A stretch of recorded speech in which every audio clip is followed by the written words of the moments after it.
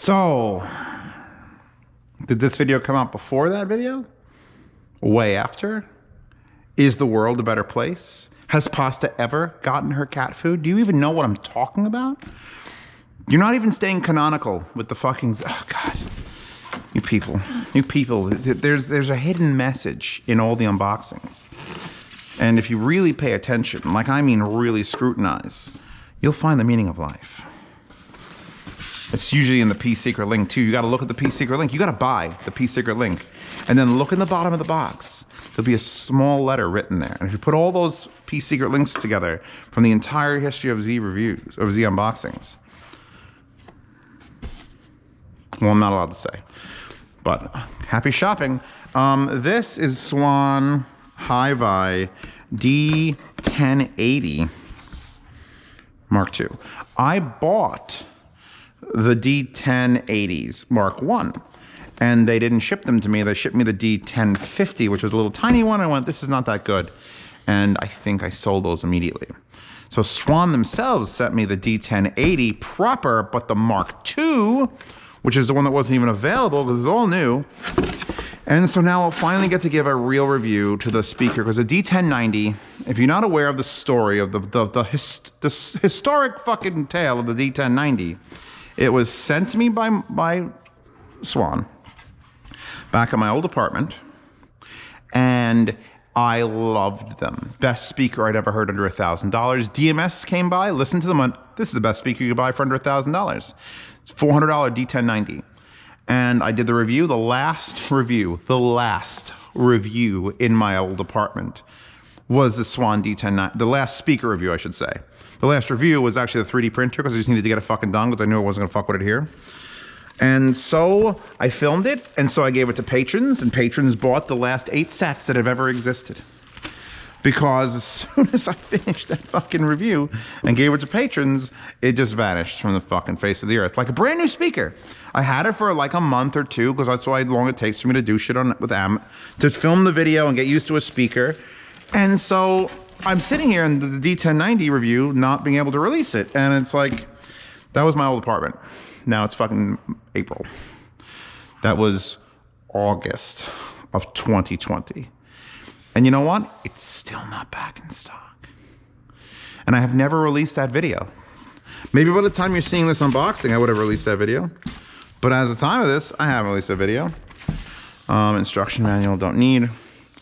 Power plug and 3.5mm RCA, I don't need. The wire to connect the two of them, I'll ask again in this video in case you didn't catch it in the last video, which might have been the first video. Does anybody know the name of these connectors?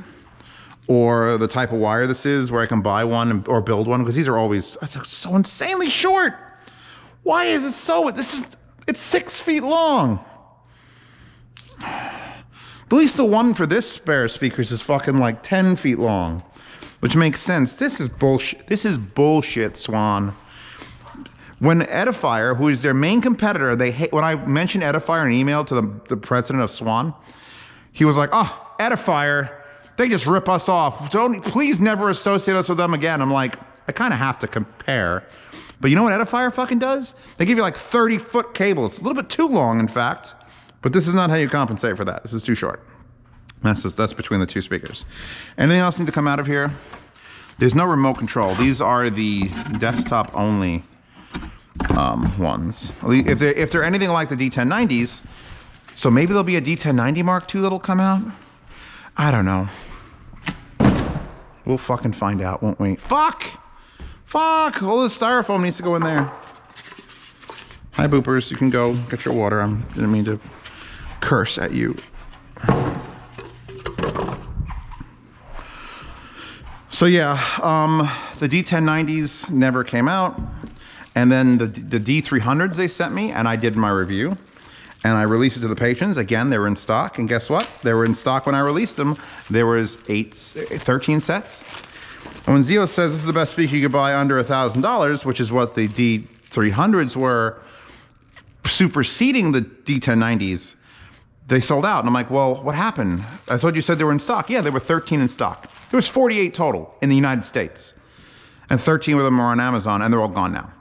We'll get some more. You know, made in China and shipped over in a slow boat. So it's like, fuck. Fuck Swan. See, Swan is used to not selling a lot because no one knows who the fuck Swan is. Everyone knows who Polk is, and Klipsch can almost be said to be a household name, sorta. But Swan, Hi-Vi Swan, nobody fucking knows.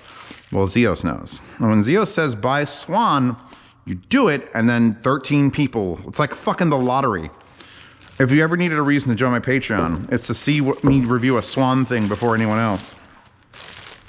Little concern with the yellowing on the plastic from the rubber feet. That's odd. That is an odd. I've not seen that. Usually you would see that with like if it was an oil-based thing. So maybe the feet are sweaty. Well, I can tell you what, they I feel like they should have a fucking remote control. They actually look good. The previous D1090s were very much felt like a studio monitor sort of thing. Like they had these, there's no remote control as far as I could tell. Same controls on the side, treble, bass, volume. Volume is an actual analog, which means you can't have remote control if you have an analog volume. Very smooth, my God. No pushing in, so does it only have, I have no idea. I did no research of this speaker. Still pegs. They could easily make these magnets, but they haven't. Jesus Christ, I'm having audio engine flashbacks. You know what I know though? This will sound better than audio engine speakers. Who's it made by? Swan? It'll sound better than audio engine speakers. 1-inch soft dome in a very strange waveguide. 5 1/4. That's supposed to be a 5 or 5 1/4. This looks like 5 1/4. That one has a very thin surround. If we're going to compare these two, because they sent me these literally arrived today. This has a very thin surround and a metal tweeter recessed and an angled box. And this has a very thick surround, very soft, thick surround. That's a stiff surround. There's a soft surround in a waveguide recessed with a nice exposed soft dome, not a metal soft dome, not a metal dome. This is why I like Swan. They literally don't, they might make repeats in the same series, but they actually have multiple types of speakers at the same price and the same fucking look. And this actually has a cover. So the D1090s did not have a cover. So these have a cover. D1090s had a remote too. Let's turn this around. I have no idea. This is the first time I'm seeing the back of it. We have got, wow. We've got the slot port. We've got a heat sink. We've got HMV, Hi-Vi Acoustics Incorporated USA, made in China. And we've got just only left and right analog input. So if they're DSP correcting the speaker, it's going to be slightly gimped because you're feeding an analog signal, which is going to have to undecode to digital again and then use it to DSP. Unless these are not DSP corrected, that is entirely a fucking possibility, but I doubt it. Swan has literally made their fucking living on their DSP correction technology. So I guess we'll see. I wonder how much these cost. If the D1090s were 400, I think these are around 300, 350. To give me a reason to look at these and not those, you'd have to make these cheap as fuck.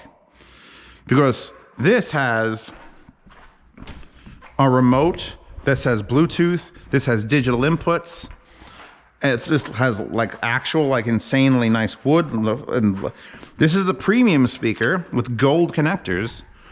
And this is obviously not the premium speaker with not gold connectors. This one also doesn't say which speaker is, oh, it doesn't have to. All right, can I just give you a little point of like contention that I'm bringing up? I know I've been making this video for a little bit while now. My complaint on speaker like this is it literally says left speaker out.